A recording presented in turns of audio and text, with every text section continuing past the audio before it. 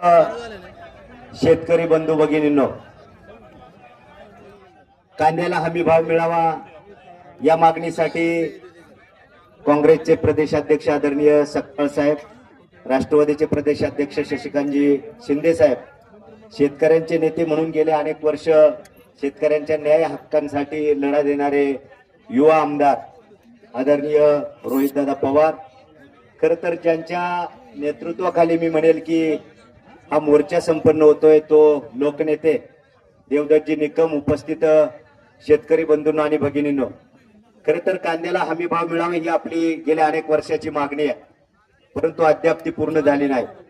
मागच्या 1.5-2 वर्षामध्ये ज्या पद्धतीनं शेतकऱ्याला नाडलं जात आहे, सगळ्यात महत्वाचं की मागच्या परवा आम्ही आळेफाट्याला ज्या वेळेला आंदोलन झालं त्यावेळेला आमचे पाडेकर दादा आहेत, त्यांनी हिशेब मांडला.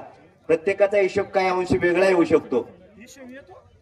कांद्याचा जो भाव आहे, उत्पादन खर्च 18 रुपये, 20 रुपये, 25 रुपयापर्यंत येतो आणि आपल्या पदरात पडतायत 10, 12, 13 रुपये. याच्यापेक्षा जास्तीचा भाव आपल्याला कधी मिळाला नाही आणि तो मिळतही नाही.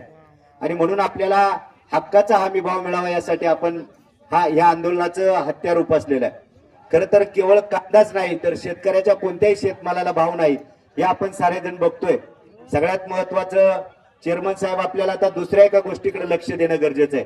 प्रचंड प्रमाणामध्ये तापमान आहे, शेतीची तहान भागत नाही, रोज पाणी शेत आमचं मागतंय आणि MSME वाल्यांनी जी काही सतत लाईट आहे त्याच्यामध्ये देखील सिंगल फेज, एका फेजला एक दिवस लाईट, दुसऱ्या फेजला दुसऱ्या दिवशी, तिसऱ्या दिवशी तिसऱ्या फेजला लाईट, याच्यामुळे शेतकऱ्यांच्या प्रचंड प्रमाणात मोटरी जाळण्याचं देखील काम सुरू आहे.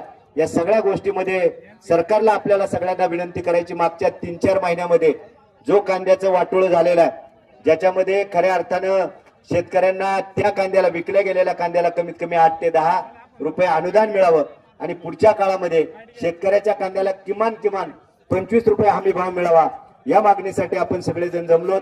खरं तर मोदी साहेबांना एक घोषणा लंके साहेब आपण ऐकली होती 1987-88च्या काळात, राजीव गांधीच्या नावाने ती घोषणा होती, पण ती घोषणा आता मोदीजींना चपखल बसते. वारे मोदीजी तुम्हारा खेल, वारे मोदीजी तुम्हारा खेल, सस्ती दारू महंगा तेल. याच्यापेक्षा वाईट अवस्था शेतकऱ्याची झालेली आहे. सरकारकडे आपल्या सगळ्यांच्या मागण्या तातडीनं पोहोचवण्यासाठी आपण सगळे नेते मंडळी आलात. तुमचं सगळ्यांचं या शिवजन्मभूमीमध्ये मनापासून स्वागत करतो आणि शेतकऱ्यांच्या वतीनं सरकारला हा इशारा आहे, लवकरात लवकर जर कांद्याला योग्य हमी भाव मिळाला नाही तो मोठ्या प्रमाणात आंदोलन उभं केलं जाईल, अशा प्रकारचं आवाहन करतो. थांबतो. धन्यवाद. जय जय महाराष्ट्र, जय गुरुदेव.